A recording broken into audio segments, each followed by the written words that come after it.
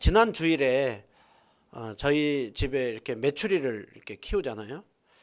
그런데 새끼 한 마리가 이렇게 태어났다가 이틀 있다가 이렇게 죽었습니다. 그러니까 태어났을 때 얼마나 참 귀엽고 또 이름까지 막 지어주고 그리고 따뜻한 환경에서 건강하게 잘 자라도록 메추리를 그렇게 키우고 이제 집이 또 화기애애했어요.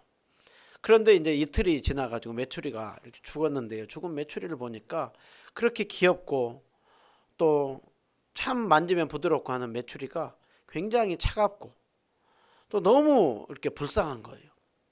그것을 이렇게 보면서 참 죽음이라고 하는 것이 우리에게 얼마나 참 아픔이고 또 비참함인가. 여러분, 죽음 앞에 모든 것들은 다 녹아내립니다. 우리의 계획도 우리의 꿈도 우리가 이 땅에서의 가지고 있는 모든 것들이 다 죽음 앞에 내려놔지는 것이죠. 여러분, 우리는 이렇게 몸에 이렇게 열이 나지만 죽음과 동시에 우리의 몸은 차가워지고 썩고 냄새나고 부패하기 시작합니다. 죽음은 우리를 참 비참하게 하는 것이죠. 그러나 우리가 다 아는 것처럼 어느 누구 한 명도 그 죽음을 극복할 수 없고 어느 누구 한 명도 피해갈 수 없습니다. 우리 예수님께서 이 땅에 오셔서 최후의 낮아짐은 예수님께서 십자가에 죽으시고 무덤에 묻히심이죠.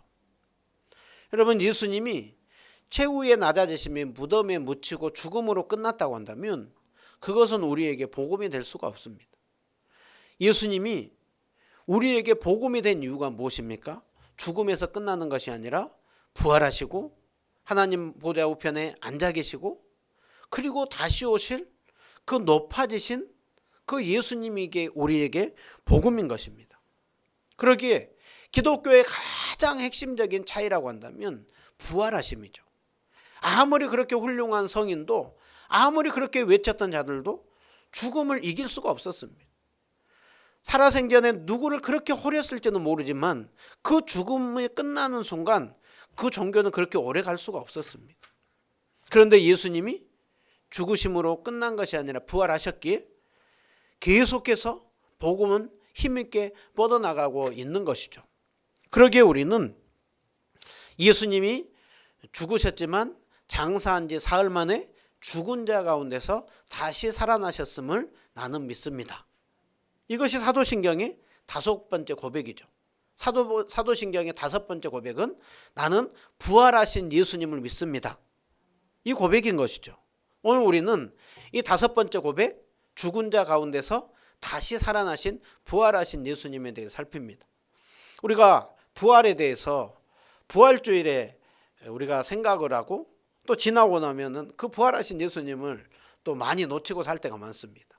우리가 이 말씀을 통하여서 정말 다시 한번 그 부활의 주님을 강력히 붙들고 힘있게 살아가시길 축원드립니다. 여러분, 부활이란 뭡니까? 부활이란 먼저는 죽지 않고 영원히 사는 것, 그것이 참된 부활입니다.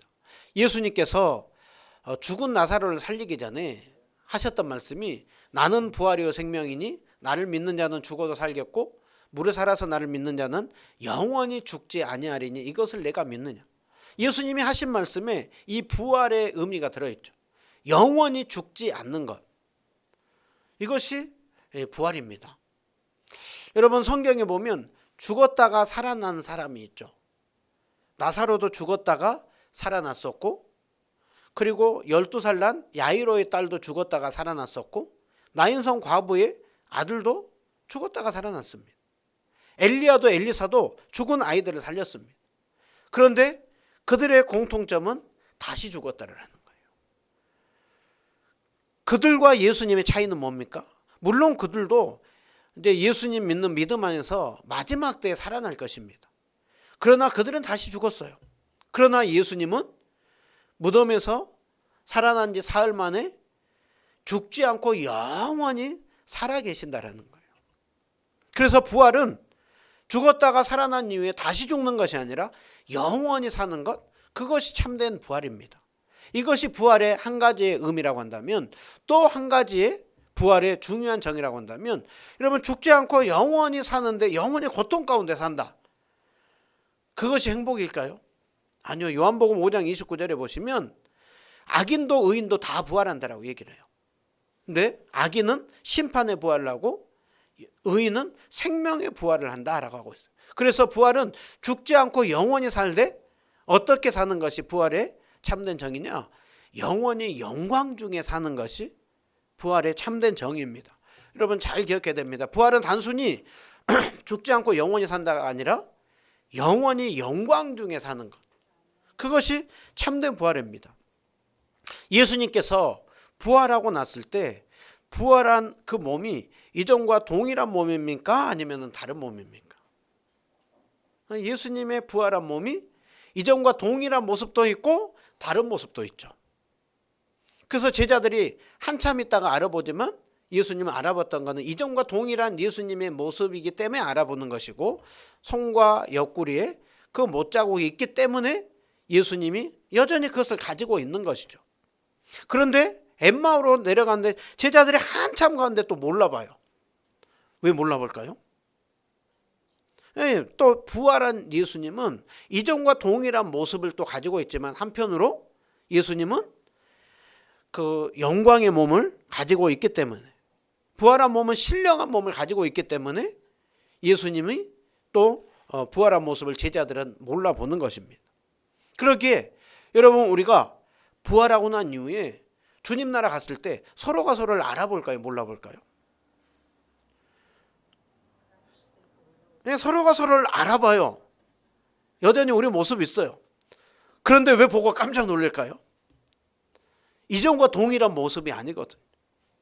영광스러운 모습으로 우리는 바뀌기 때문에 그래서 우리가 처음에는 몰라볼지 몰라요. 왜냐하면 너무 예쁘고 너무 아름답고 너무 영광스럽게 바뀌었기. 그런데 가만히 또 천천히 보면 또 이전의 모습을 가지고 있는 거예요. 여러분 부활이란 죽지 않고 영원히 살되 영광 중에 사는 것입니다. 이것이 참된 부활의 정의입니다. 여러분 예수님께서 부활하고 난 이후에 마지막에 제자들에게 보였던 모습은 무엇입니까? 제자들과 함께 제자들이 보는 앞에서 구름이 가리우는데 영광 중에 승천한 것을 보았죠. 여러분 이거는 예수님이 영광 가운데 하나님 보좌 우편에 앉아 계심을 말씀하며 또 제자들이 들었던 말씀은 너희들이 올라가심을 본 그대로 다시 오시리라. 여러분 예수님이 영광 중에 영원히 살아계심을 말씀하고 있습니다. 그러기에 우리가 영적인 눈을 열어서 보면 지금도 예수님은 하나님 보좌 우편에 영원히 영광 가운데 살아계시며 그리고 다시 오실 것입니다. 여러분 이 부활이 바로 높아지심의 출발이에요. 부활의 정의를 우리는 잘 정확하게 알아야 됩니다. 죽지 않고 영원히 영광 가운데 사는 것. 그런데 그것이 예수님만 해당되는 것이 아니라 우리도 죽지 않고 영원히 영광 가운데 살게 된다는 거예요. 이것이 기독교의 핵심이고 우리의 신앙이고 우리의 소망인 것이죠. 여러분 이것이 내 것이 될 때 우리는 안 먹어도 배부르고 조금 뭔가 가진 게 없어도 행복하고 즐거운 거예요. 여러분 그 부활하신 예수님으로 인한 그 부활의 산 소망 때문에 즐겁고 행복하고 기쁨이 있습니까? 여러분 이것이 은혜인 거예요. 그런데 참 말이 쉽지 죽은 사람이 살아나서 영원히 산다? 또 우리 몸은 화장하잖아요. 화장하고 하는데 그 예수님 다시 오셔가지고 우리의 몸도 부활해서 우리도 영원히 살게 한다? 이게 참 믿기가 쉽지 않는 거예요. 그래서 예수님께서 부활하셔서 제자들에게 계속해서 부활하신 모습을 들려주었지만 제자들은 보였던 반응이 뭐냐? 예수님께서 살아나셨다라는 것을 또 마리아에게 보여줬다라는 것을 제자들이 듣고도 믿지 않았대. 또 두 사람 엠마오로 가는 두 제자가 와가지고 말했을 때 역시 믿지 않았다라고. 예수님이 11 제자들이 있을 때 예수님 오셔가지고 그들 꾸짖죠. 왜요? 왜 살아난 것을 본 자들의 말을 너희들 믿지 않느냐? 그러니까 제자들 역시도 그 부활하신 예수님을 직접적으로 만나기 전까지는 참 믿기가 쉽지 않았다라는 거예요. 여러분 이 부활이라고 하는 것이 참 믿기가 쉽지 않았다라는 거죠. 그래서 보면 부활을 반대하는 여러 이론들이 있는 거예요. 제일 첫 번째로 부활을 반대하는 이론은 도적설이 있어요. 도적설. 죽은 예수님을 제자들이 도적질해 갔다는 거예요. 그래서 실제로 산 것이 아니라 훔쳐가놓고 가가지고 숨겨놓고서는 살아났다고 거짓말하고 있다는. 여러분, 이것이 누가 얘기하는 것입니까? 유대인들과 로마 군병들이 짜고 부활하신 예수님의 부활을 거짓말하게 하기 위해서 제자들이 훔쳐갔다고 해라 소문을 퍼뜨렸다고 성경은 말씀하죠. 도리어 그들이 도적질해 갔다고 얘기를 하는 것으로 부활을 이렇게 무마시키려고 하는 것. 그것이 도적설이 있어요. 두 번째로는 기절설이 있어요. 기절설. 기절했다가 살아났다라는 거예요. 여러분, 예수님이 기절했다 살아났다? 이게 말이 안 되죠. 십자가에 매달린 자들을 다 확실히 죽는 것으로 그 무릎을 쳐가지고 꺾습니다. 그런데 예수님은 무릎을 쳐서 꺾질 않죠. 치질 않아요. 왜요? 이미 죽은 것이 확실히 확인되었기 때문에. 그래서 그 옆구리를 찌르니까 물과 피가 쏟아져 나왔다라고 하죠. 또 아리마대 사람 요셉이 예수님의 시체를 자신이 이제 장사하려고 달라고 하니까 빌라도가 뭐 벌써 죽었겠냐? 그리고서는 백부장에게 확인하고 분명히 죽은 것을 확인하고 죽었으면은 이제 내줘라라고 얘기를 해요. 성경에서 분명히 죽었다라고 말씀을 합니다. 기절할 수가 없는 것이죠. 또 세 번째로 얘기를 하는 건 환상설이 있어요. 너무 죽은 예수님을 그렇게 그리워하다 보니까 환상 중에 나타났다는. 한두 명은 환상 가운데 빠질 수가 있죠. 그런데 수많은 사람들이 환상 가운데 빠져 있고 동일하게 의견이 일치한다? 말이 안 되는 것입니다. 또 엉뚱한 무덤, 빈 무덤을 엉뚱한 무덤을 찾아갔다라는 거예요. 여러분, 제자들이 엉뚱한 무덤 찾아갔으면 예수님을 그렇게 머리를 쌌었던 그 헝클어진 수위를 분명히 보았다라고 하고 있죠. 정확하게 예수님의 무덤에 찾아갔기 때문에 분명히 그것을 본 것입니다. 그러니까 부활을 부인하는 자들이 이런 이론들 가지고 얼핏 보면 그럴 수도 있겠다라고 하지만 그게 말이 안 된다라는 거예요. 우리가 딱 정확하게 편견만 딱 빼놓고 그 부활의 내용들을 보면 오히려 믿기가 쉽지 안 믿기가 오히려 말이 안 되는 것들이 많은 것이죠. 그럼에도 불구하고 오늘날도 여전히 부활을 부인한다라는 거예요. 그만큼 믿기가 어려운 것. 그렇기 때문에 이 부활은 누구만 고백할 수가 있느냐? 참된 믿음을 가진 자들만 고백할 수가 있고 주님께서 그 믿음을 준 자들만 고백할 수가 있는 것이죠. 여러분, 부활하신 예수님을 믿습니까? 여러분, 그것이 복입니다. 예수님께서 도마에게 하셨던 말씀 무엇입니까? 너는 나를 보고 믿냐? 보지 못하고 믿는 자가 복된 자라라고 하고 있습니다. 여러분, 부활은 우리가 분명하게 하고 넘어가야 됩니다. 어물쩍할 일이 아니에요. 그래서 우리가 부활하신 예수님을 믿고 있다라고 하면 분명한 믿음을 주어서 내가 믿고 있구나. 주님 앞에 감사하고요. 그것이 아직까지 잘 믿어지지 않고 있다. 그러면 주님 앞에 겸손히 기도해야 되는 거예요. 교회를 오래 다니는 것 그것도 귀하지만 그것보다도 중요한 것은 분명한 부활의 신앙을 가지고 있느냐. 그것이 귀한 것이고 겸손히 은혜를 구하는 자에게 주님께서 때가 되었을 때 믿음을 주는 것이죠. 여러분, 예수님이 확실히 부활했다. 부활했다고 하는 것을 우리가 어떻게 확실히 믿을 수가 있느냐. 몇 가지 확실한 증거가 있는데요. 첫 번째로는 빈 무덤입니다.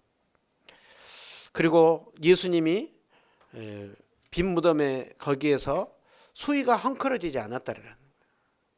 그 당시에 보면 예수님을 세마포로 놓여 있고 머리를 쌌던 수건이 함께 놓여져 있었다라고 하고 있죠. 그러니까 쌌는데 휴지로 마치 이렇게 싸듯이 돌돌돌돌 이렇게 많은 거예요.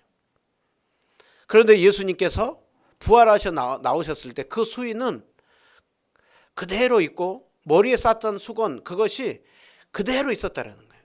마치 그것을 풀고 나왔다고 한다면 푸는 것이 있어야 되는데 그렇게 쌓았었던 그 모습이 그대로 있었다는. 그러니까 예수님의 그 몸은, 부활한 몸은 신비한 몸인 것이죠. 마치 그 예수님의 그 몸만 그렇게 그냥 쭉 빠져나오는 것처럼 그 수위가 헝클어지지 않는 채로 그렇게 있었다라는 거예요. 이것이 정말 우리에게 있어가지고 신비한 놀라운 그 부활의 증거 중에 하나인 것입니다. 그리고 더 가장 확실한 증거 하나라고 한다면 수많은 증인들이죠. 오늘 우리가 읽었던 성경, 예수님께서 장사한 지 사흘 만에 살아나서 게바에게 보이고 12제자에게 보이고 500의 형제에게 보이고 예수님의 동생 야고보에게 보이고 맨 마지막에 만삭되지 못한 사도 바울에게도 보였다라고 하고 있습니다. 그러니까 예수님은 성경에 보면은 총 11번 정도 부활한 이후의 모습을 보입니다. 때로는 혼자 있을 때, 어느 때는 둘이 있을 때, 어느 때에는 수많은 사람들이 있을 때 보이고 있습니다. 여러분, 그것이야말로 사도 바울이 이 서신을 쓸 때 이 중에 아직도 여전히 그 부활한 증인이 대다수가 살아있다라고 하고 있습니다. 여러분, 우리가 한두 명만 뭔가 서로 짜 맞춰도 서로 신문을 하다 보면 금방 그것이 짰다는 것이 탄로 나는 경우가 많아요. 근데 수백 명이 한꺼번에 그것을 다 그렇게 같이 짜고 입을 맞추고 그렇게 하면서 그 부활, 그것을 짰는데 그것이 아직까지 전해진다? 말이 안 되는 거예요. 또 예수님의 또 부활하셨음을 결정적인 확실한 또 증거 중에 하나는 뭐냐? 제자들의 큰 변화입니다. 예수님이 십자가에 매달려 죽었을 때 그들은 큰 절망 가운데 빠졌습니다. 엠마오로 내려가는 두 제자들, 슬픈 기색을 띠고 그리고 그 고향을 향하여서 낙향을 하였습니다. 그러나 그 예수님을 만나고 난 이후에 그 예루살렘은 여전히 위험한데 거기에 뛰어서 그 밤중에 올라가는 것이죠. 뭐 때문에요? 부활하신 예수님을 만났기 때문에. 베드로는 3번이나 부인하지 않습니까? 그랬던 베드로가 부활하신 예수님을 만나고 난 이후에 3,000명이 돌아와요. 계속해서 증거할 때 이제 그 유대인들이 베드로를 잡아다가 감옥에 두죠.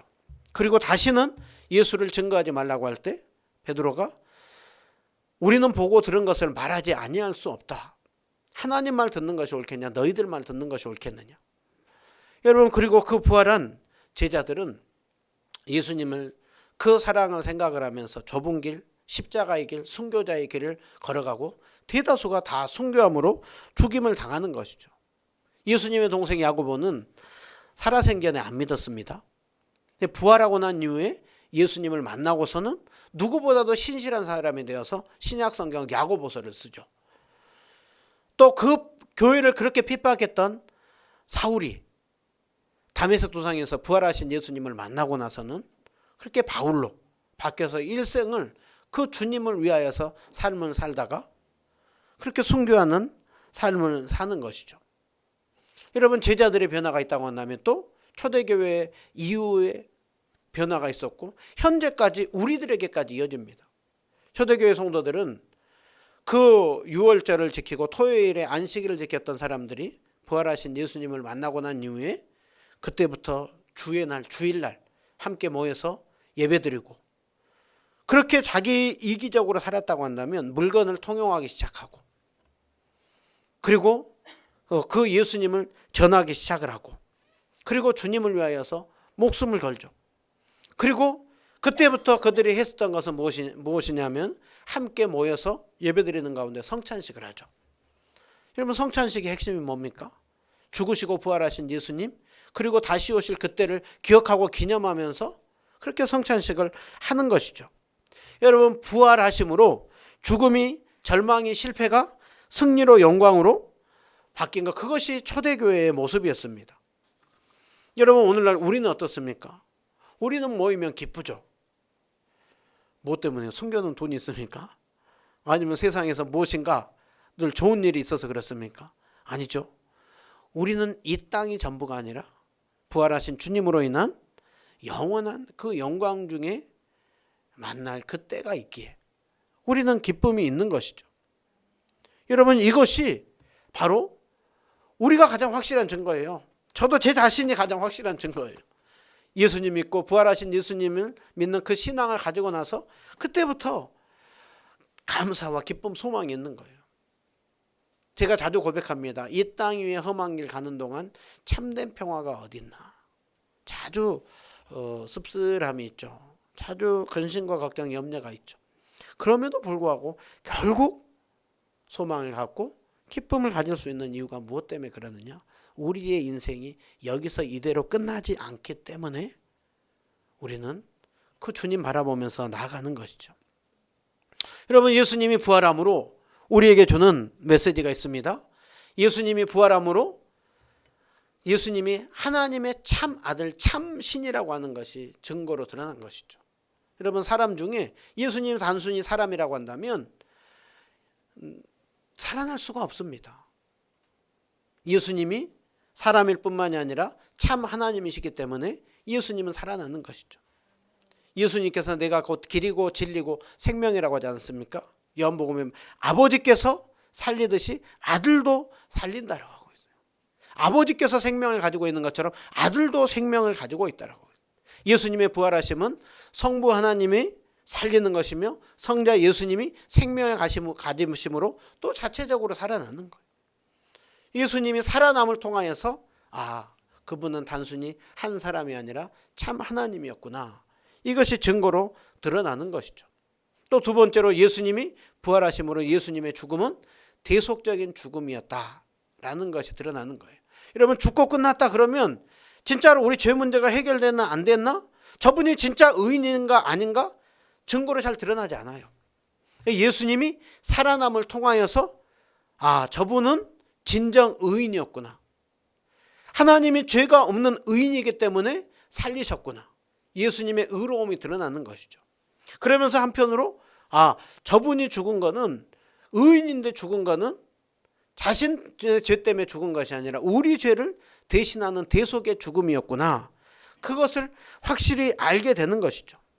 이것을 통하여서 예수님의 의로우심으로 그 의로움이 우리에게 전가가 되는구나. 이것이 부활하심으로 증거로 드러난 것입니다. 또 세 번째로는 예수님이 죽음을 정복함으로. 여러분, 우리 인류의 가장 최대의 적이 무엇입니까? 가장 우리로 하여금 절망케 하는 것이 무엇입니까? 죽음이죠.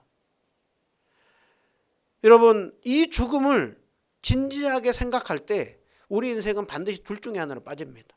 하나는 쾌락주의 아니면 허무주의입니다. 어차피 죽을 건데 이 땅에서 그냥 실컷 즐기기나 하고 죽자. 또 반대로 이거 하면 뭐하나? 어차피 끝은 죽음으로 끝나는데 허무주의로 빠지는 것이죠. 그 죽음을 생각을 하면 우리 인생은 평정심을 잃는 것입니다. 그리고 쾌락으로 나가든지 허무주의로 빠집니다. 그런데 예수님이 죽음을 정복함을 통하여서 우리는 쾌락주의로 빠지지도 않고 허무주의로 빠지지도 않고 우리는 삶을 살아갈 수가 있는 것이죠. 그러기에 이것이 우리 인류의 가장 큰 복음입니다. 여러분, 네 번째로는 예수님이 죽으시고 부활함을 통해 하신 말씀이 다 사실인 것이 드러나죠. 예수님께서 살아생전에 제자들에게 계속해서 하신 말씀 무엇입니까? 내가 예루살렘에 올라가서 고난받고 죽을 거다. 그런데 3일 만에 다시 살아날 것이다. 말씀대로 예수님 정확하게 3일 만에 살아나셨죠. 예수님이 하신 말씀은 그 말씀만이 아니라 예수님이 또 하셨던 말씀 무엇입니까? 내가 떠나는 게 유익이야. 내가 떠나고 나면 너희에게 성령님을 보내줄 거야. 또 내가 다시 올 거야. 내가 심판할 것이고 내가 너희의 모든 것들을 완성할 거야. 여러분, 이 모든 것들이 다 사실이라는 것을 믿을 수가 있는 것이죠. 오늘 또 교회를 통치하시는 분이 예수님께서 우리에게 보내주신 성령님이십니다. 성령님이 교회 가운데 통치하고 계시고 우리가 말씀을 들을 때 깨닫게 하고 우리를 진리 가운데로 인도합니다. 여러분, 또 부활에 또 결정적으로 우리가 또 주는 메시지는 예수님은 부활의 첫 열매, 잠자는 자들의 첫 열매라고. 여러분, 우리가 수학을 할 때 열매 하나를 따면 무엇을 할 수가 있습니까? 계속해서 열매가 맺혀진다는 걸 알죠. 여러분 사과의 첫 열매를 땄어요. 그러고 나서 계속해서 따는 열매는 배나 감이나 그것이 아니라 사과의 열매예요. 예수님께서 잠자는 자들의 첫 열매로 생명의 열매를 땄어요. 그러고 나면 우리도 계속해서 생명의 열매로 우리도 부활의 열매로 우리도 맺혀진다라는 거예요. 이것이 바로 예수님이 부활하심으로 우리에게 주는 의미입니다. 그러기에 예수님 바라보면 우리는 소망이 있는 것이죠. 그럼 마지막으로 우리가 부활할 때 우리는 어떤 몸으로 부활을 합니까? 우리의 부활한 몸은 제가 처음에 말씀드렸던 것처럼 죽지 않고 영원히 살되 영광스럽게 변화되리라 라고 했죠. 고린도전서 15장 51절 부활에 대해서 쭉 말씀 많이 하고 마지막 나팔의 순식간 예수님이 이 땅 가운데 오실 때 우리는 다 홀연히 다 변화되리라 라고 하고 있습니다. 여러분 그때 우리의 몸은 어떤 몸으로 바뀌느냐? 예수님의 몸이 어떤 몸이었습니까? 이전과 동일한 몸을 가지고 있지만 신령한 몸으로 영광스러운 몸으로 바뀌었죠. 그리고 우리의 몸도 어떻게 바뀌느냐? 고린도전서 15장 42절 이하는 이렇게 말씀하죠. 썩일 것으로 심되 썩지 않을 것으로 다시 살아나고 욕된 것으로 심되 영광스러운 것으로 살아나고 약한 것이 강한 것이 되고 육의 몸이 신령한 몸으로 될 것이고 우리는 그때 하늘에 속한 이의 형상을 입을 것이라 라고 하고 있습니다. 여러분 우리 주님 다시 오시는 그날 우리는요 신령한 몸으로 영광의 몸으로 하늘에 속한 이의 몸으로 홀연히 순식간에 변화될 것입니다. 우리가 서로를 보면 어떻다고요? 깜짝 놀랄 거예요. 영광스러운 몸으로. 여러분 몇 살 때가 제일 아름다웠습니까? 그때와 비교할 수 없는 영광스러운 몸으로 바뀝니다. 우리가 제일 괴로운 게 뜻대로 안 되는 거잖아요. 내 마음대로 내 뜻대로 안 되잖아요. 그런데 그날이 되면 그때 우리의 모습은 영광스러운 몸으로 정말 그 주님의 말씀을 순종하려고 노력하는 것이 아니라 그냥 순종이 되는 거예요. 찬양을 해야 되겠다는 그냥 찬양이 되는 거예요. 그때는 우리는 죄를 짓고 싶은 마음이 전혀 사라지는 것이죠. 여러분 그러기에 죽은 이후 신자의 몸은 이전과 동일한 몸의 모습도 가지고 있지만 거의 완전히 새롭게 변화되는 영광스러운 몸으로 바뀌기에 우리는 서로를 바라보면서 그렇게 바꿔주신 주님을 찬양할 수밖에 없는 것이죠. 여러분 신자는 죽음과 동시에 우리의 몸과 영혼은 분리가 됩니다. 죽음과 동시에 우리의 영혼은 바로 하나님 아버지의 품으로 갑니다. 여러분 장례식장 가서 죽은 자를 위하여서 기도할 필요가 없습니다. 이미 끝났습니다. 예수님이 십자가 지고 난 이후에 바로 하셨던 말씀 무엇입니까? 오늘 밤에 내가 나와 함께 낙원에 있으리라. 나중에 한참 있다가 천국에 간다는 게 아니에요. 죽음과 동시에 우리의 몸과 영혼은 분리되어서 우리의 영혼은 영원한 천국에 가는 것이고 우리의 몸은 이제 화장하기도 하고 땅에 있죠. 그러나 우리 예수님 다시 오시는 그날 우리의 몸도 부활시킵니다. 화장하고 났는데 어떻게 부활이 되냐? 매장을 해야 그래야 좀 뭔가 이렇게 가능성이 있지 않냐? 아니요. 우리 주님 전능하시거든요. 무에서 없는 데서 있게 하시는 분이시거든요. 우리 이론으로는 이해를 할 수가 없죠. 화장하고 흩어 뿌리면 그거 어떻게 찾냐? 아니요. 그거는 우리 수준에서 생각하는 거예요. 전능하신 우리 주님께서 우리의 그 몸을 영광스러운 몸으로 바꿀 것이고 우리의 몸과 영혼이 부활하여서 참된 부활의 모습으로 그 부활의 아침에 앞서간 성도들과 함께 만날 것입니다. 그리고 거기서 기쁘고 즐거운 집에서 영원히 영광 가운데 살 것입니다. 여러분 이것을 생각하면 얼마나 행복해요. 이게 기독교죠. 이게 그 부활의 산소망을 붙들고 사는 자인 것이죠. 오늘 또 죽은 자 가운데서 다시 살아나신 그 예수님 우리가 생각하고 바라보면서 진정한 그 영광스러운 그 때를 바라보면서 부활의 산소망을 가지고 힘있게 살아가는 우리 모두가 다 되시기를 주님의 이름으로 축원드립니다.